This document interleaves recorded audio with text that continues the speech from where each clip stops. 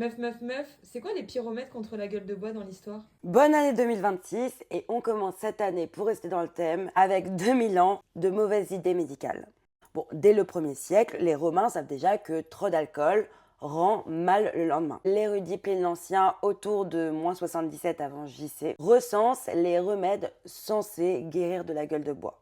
Il y est écrit qu'il est conseillé par exemple de manger des petits oiseaux, parfois écrasés, pour mieux absorber les effets du vin. En revanche, il faut préciser qu'il décrit ce que les gens font, pas ce qui marche. Puis, au Moyen-Âge, la plupart de la médecine repose sur la théorie des 4 humeurs. Sang, bile, flegme et bile noire. Cette théorie est formalisée au XIe siècle par Avicenne.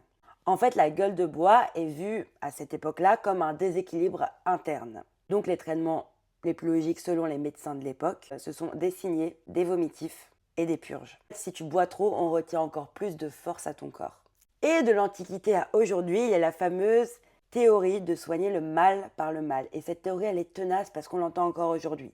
C'est l'historien Rod Phillips qui documente cette théorie d'ailleurs. Tu es en gueule de bois, bah bois encore. On l'appelle le hair of the dog. C'était une mauvaise idée il y a 2000 ans, c'est toujours une mauvaise idée. Moralité de l'histoire, on a tout essayé en 2000 ans d'histoire, sauf principalement dormir, boire de l'eau et laisser son corps récupérer. Ce que je vais aller faire tout de suite d'ailleurs.